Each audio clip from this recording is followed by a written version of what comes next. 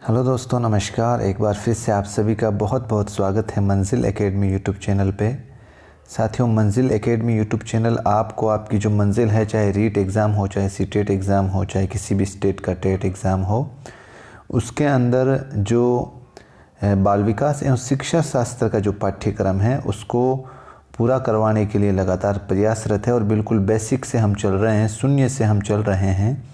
तो इसलिए मेरा आपसे पहले तो यही निवेदन है कि आप अगर इससे पहले आज पहली बार इस वीडियो को देख रहे हैं तो चैनल को ज़रूर सब्सक्राइब करें और इससे पहले वाले वीडियो ज़रूर देखें ताकि आपको सारा कॉन्सेप्ट समझ में आ जाए बाल विकास का। साथियों, बाल विकास की इस क्लास से पहले आपको थोड़ा सा ओवरव्यू मैं दे दूं आपको। इससे पहले जो हमारी क्लासेस हुई थी वो हुई थी मनोविज्ञान, फिर मनोविज्ञान की शाखा के रूप में हमने शिक्षा मनोविज्ञान को समझा और शिक्षा मनोविज्ञान के बाद में हमने मनोविज्ञान की एक और शाखा बाल विकास जो कि हमारे पाठ्यक्रम है उसका अध्ययन हम कर रहे हैं। इसमें हमने बाल विकास की जो इतिहास की थ्योरी थी उसको समझा और विकास को प्रभावित करने वाले अभिवृद्धि और विकास एक बालक पर किस तरीके से असर करते हैं उसकी थ्योरी को हमने समझा, अभिवृद्धि और विकास के सिद्धांतों को हमने समझा और किसी भी बालक के विकास में वंशक्रम और वातावरण की क्या भूमिका है इसको भी हमने पढ़ लिया है। आज की जो क्लास है साथियों, अब इसके बाद में साथियों हमें जैसे बालक का जैसे जैसे विकास होता जाता है तो इस विकास की अवस्थाओं को डिवाइड करके हम पढ़ेंगे कि भाई बालक का जो विकास होता है किस साल में कितना विकास होता है, कैसे होता है। तो इसका अगर अपन अध्ययन करें तो सबसे पहले शुरुआत करते हैं विकास की अवस्थाएं। विकास की अवस्थाओं को सामान्यतः 5 भागों में डिवाइड किया है। विकास की अवस्था को किसी भी बालक के, किसी भी व्यक्ति के विकास के अध्ययन को 5 भागों में डिवाइड करके हम उसका अध्ययन कर सकते हैं। सबसे पहले अगर देखें हम तो गर्भावस्था, जिसको भ्रूणावस्था भी बोलते हैं, और ये अवस्था कहाँ से कहाँ तक होती है? 0 से जन्म तक, यानी कि भ्रूण से जन्म तक। जब बालक का भ्रूण बनता है तब से लेकर जब बालक का जन्म होता है उसके बीच की अवधि गर्भावस्था या भ्रूणावस्था होती है। अगर साथियों आपको ये सीधा ये समय काल नहीं देकर अगर ये समय काल दे दे तो आपको कंफ्यूज नहीं होना है। यानी कि अगर गर्भावस्था या भ्रूणावस्था की अगर आपको टाइमिंग पीरियड पूछ ले 9 माह या 10 दिन या 280 दिन, एक ही बात है साथियों। 9 माह 10 दिन कर लो या 280 दिन कर लो, एक ही बात है। गर्भावस्था और भ्रूणावस्था का जो कार्यकाल अगर आपसे पूछ ले तो आपको कंफ्यूज नहीं होना है। अब अगर चलते हैं हम साथियों, दूसरी अवस्था है शैशव अवस्था, जिसका टाइम पीरियड है जन्म से 5 या 6 वर्ष।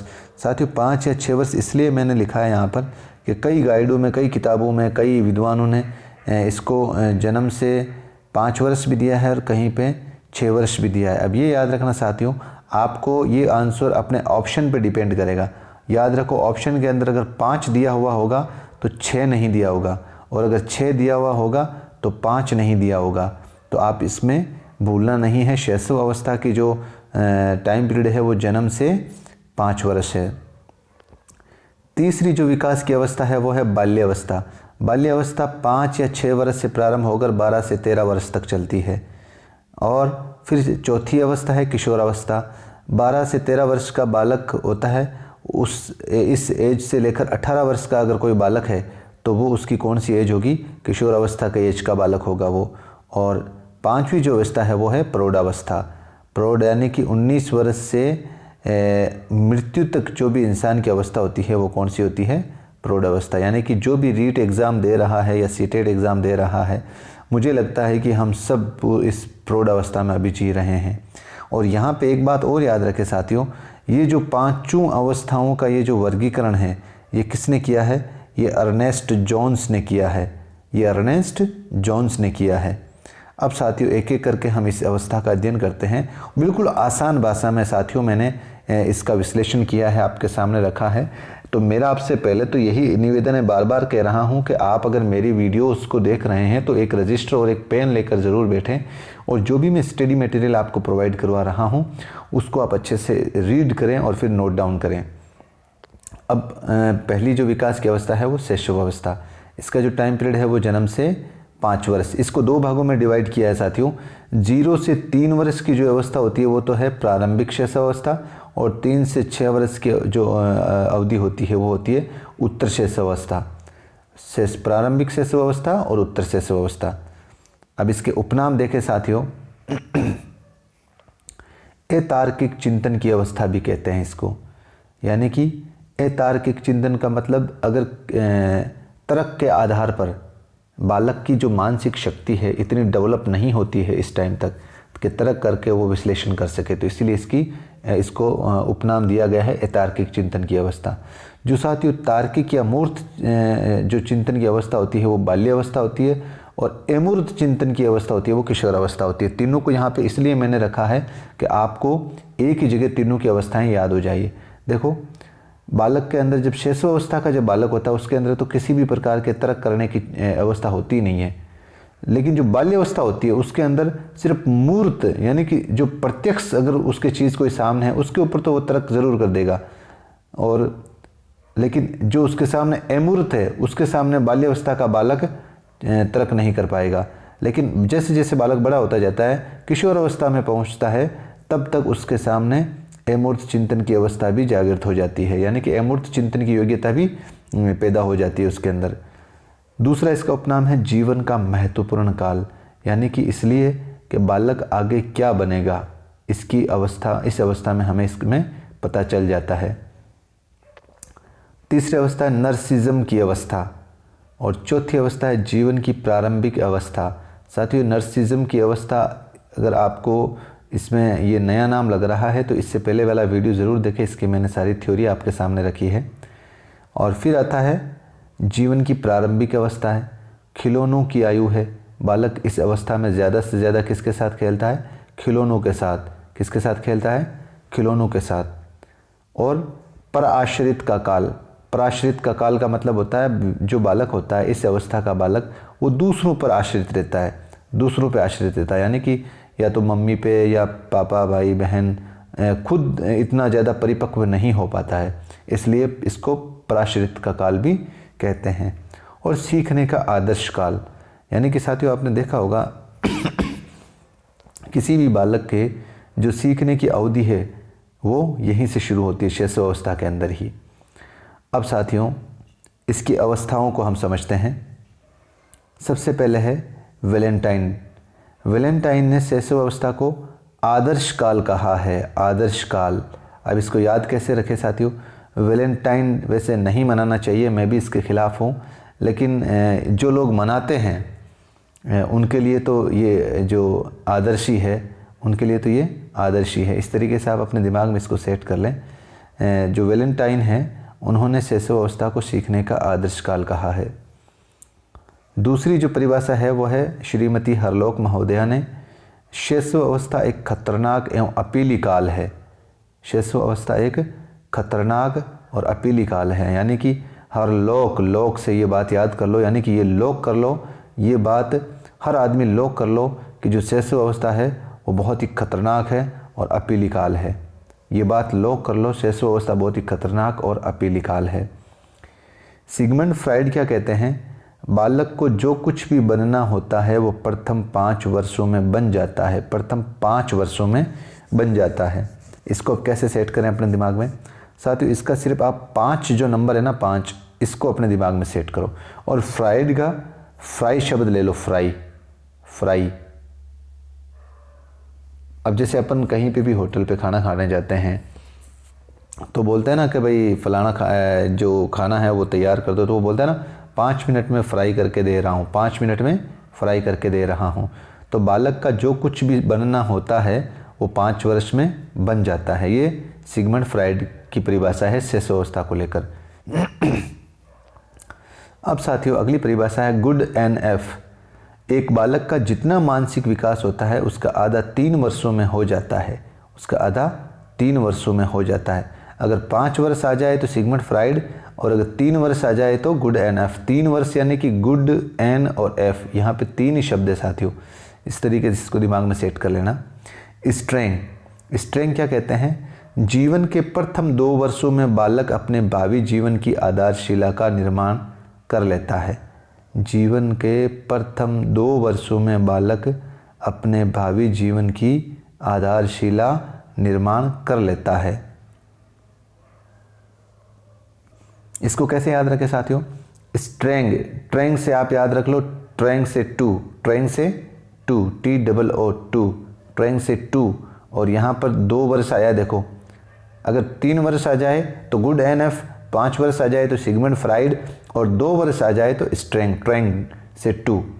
और गैसेल की थ्योरी क्या है साथियों? गैसेल क्या कहते हैं शैशवावस्था में? जीवन के प्रथम 6 वर्षों में बालक अगले 12 वर्षों की अपेक्षा दुगने से भी ज़्यादा सीखता है, दुगने से भी ज़्यादा सीखता है। 6 वर्षों से बालक अगले 12 वर्षों की अपेक्षा दुगने से भी ज़्यादा सीखता है, यानी जीवन के प्रथम 6 वर्ष, गैसेल का ये मानना है। अब साथियों शैशव अवस्था की विशेषता क्या है? सबसे पहले शैशव अवस्था भावी जीवन को प्रभावित करती है क्योंकि इस अवस्था में शरीर एवं मस्तिष्क अत्यधिक ग्रहणशील होता है, यानी कि इनकी कैचिंग पावर जो है वो इस अवस्था में बहुत तगड़ी होती है। अर्थात इसलिए शैशव अवस्था भावी जीवन की आधारशिला है। अपन इन्फेंट एज बोलते हैं ना इस अवस्था में, तो इसका मतलब क्या होता है? इन यानी अयोग्य और फैरी मतलब बोलना, यानी कि बोलने की अयोग्य अवस्था होती है, यानी कि जो भी अच्छा बुरा इसको सिखाया जाएगा उसको तुरंत कैच कर लेगा ये। दूसरी इसकी विशेषता क्या? इस अवस्था में शारीरिक और मानसिक विकास तीव्रता के साथ होता है, बहुत ही तेज़ गति के साथ इस अवस्था में शारीरिक और मानसिक विकास होता है। और मानसिक विकास तो साथियों 3 वर्ष के अंदर 50% और 5 से 6 वर्ष तक हमारे मस्तिष्क का 90% विकास हो जाता है, इतना तेज़ गति से इसमें विकास होता है साथियों। सीखने की दृष्टि से ये अवस्था महत्वपूर्ण है, इसलिए महत्वपूर्ण है कि गैसेल महोदय ने क्या कहा है कि ये जो प्रारंभिक 6 वर्ष हैं इसके अंदर बालक इतना सीख जाता है जितना बाल्यावस्था के 6 वर्ष और किशोर अवस्था के 6 वर्ष मिलके सीखता है ना, उसका अकेला शैशव अवस्था के अंदर बालक सीख जाता है। इतनी जो सीखने की जो गति है वो तीव्र होती है। शैशव अवस्था में सीखने की जिज्ञासा प्रबल होती है। बिल्कुल सही बात है भाई, इस अवस्था का बालक आपने देखा होगा लगातार सवाल करता रहता है। जैसे आपने पूछ लिया कोई, अगर आपके पास कोई कॉपी है तो उसके बारे में पूछेगा कि ये क्या है, आप बोलोगे कॉपी है, ये कैसे आया, ये आप कहाँ से लाए, ये क्यों है, ये कैसे बनती, इस तरीके से सीखने की जो जिज्ञासा होती है वो प्रबल होती है। शिशु में शब्दों, वाक्यों एवं क्रियाओं को दोहराने की प्रवृत्ति होती है, यानी कि जो शब्द बालक बोल रहा है या जो वाक्य वो बोलेगा या जो क्रियाएं करेगा उसको लगातार दोहराएगा ज़रूर वो। अगर ये ऐसी प्रवृत्ति हमें देखने को मिल रही है तो वो कौन सी अवस्था का बालक होगा? शैशव अवस्था का बालक होगा। आत्म प्रेम व पर निर्भरता पाई जाती है। पर निर्भरता मतलब वही अभी हमने पढ़ा था ना, उपनाम आश्रित रहता है दूसरों के ऊपर। आत्म प्रेम का मतलब होता है कि खुद से प्रेम। आपने देखा होगा इस अवस्था के बालक की अगर कोई वस्तु है, कोई चीज़ है, अगर वो उसको कोई खिलौना है, अगर उसको उसके पापा ने लाकर दिया है तो वो खिलौना किसी को भी नहीं देखा। आप देख लेना छोटे बच्चों को, अगर उसका कोई बड़ा भाई, सग्गा भाई या उसकी सग्गी बहन, छोटी बहन है उसके साथ वाली, उसको भी नहीं देगा वो, उससे उस खिलौने से इतना प्रेम बढ़ जाता है उसका। तो इसमें आत्म प्रेम बहुत तीव्र मात्रा में पाया जाता है। शैशव अवस्था में व्यवहार मूल प्रवृत्तियों पर आधारित होता है। मूल प्रवृत्तियों पर, संवेग और मूल प्रवृत्ति, ये साथियों अगर आगे हम अध्ययन करेंगे, विलियम मैकडूगल का पूरा सिद्धांत है इसके ऊपर।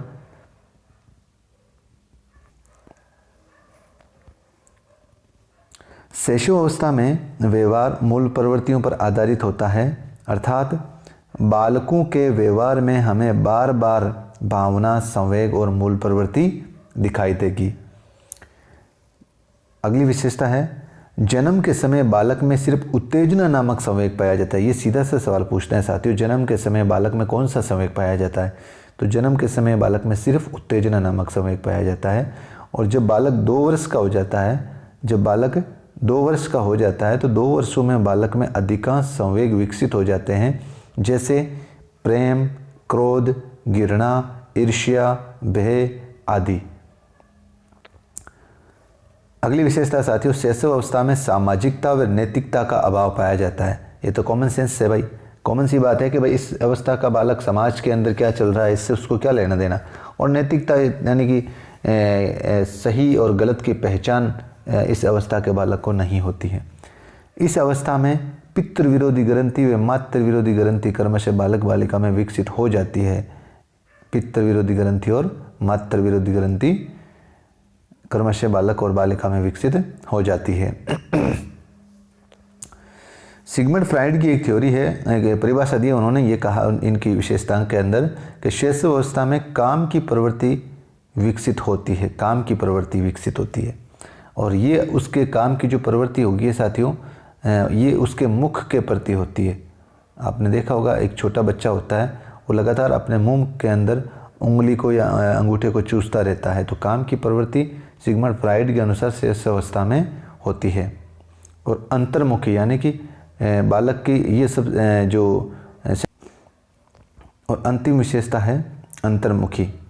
शैशव अवस्था की अंतिम विशेषता है अंतर्मुखी, यानी कि बालक की जो अंतर्मुखी की जो खुद के अंदर विश्लेषण करने की या खुद को परखने की या खुद कैसा है, ये अंतर्मुखी की विशेषता ही बाल विकास में शैशव अवस्था के अंतर पाई जाती है। तो साथियों, इस तरीके से हमने आज शैशव विकास की अवस्थाओं के बारे में चर्चा की, जिसमें शैशव अवस्था की परिभाषा, शैशव अवस्था के उपनाम और शैशव अवस्था की विशेषताओं का अध्ययन किया। अब वीडियो थोड़ा बड़ा बन जाएगा साथियों, अभी हमारा बेसिक है तो हम इसको बिल्कुल टुकड़ों में स्टेप बाय स्टेप आगे बढ़ रहे हैं। तो मेरा आपसे यही निवेदन है कि आपका जो साथी पहली बार रीट एग्ज़ाम या सीटेट एग्ज़ाम दे रहा है तो उस तक ये वीडियो ज़रूर पहुँचाएँ। अगर वीडियो पसंद आई है तो लाइक और शेयर ज़रूर करें। दीजिए मुझे इजाज़त। जय हिंद, जय भारत।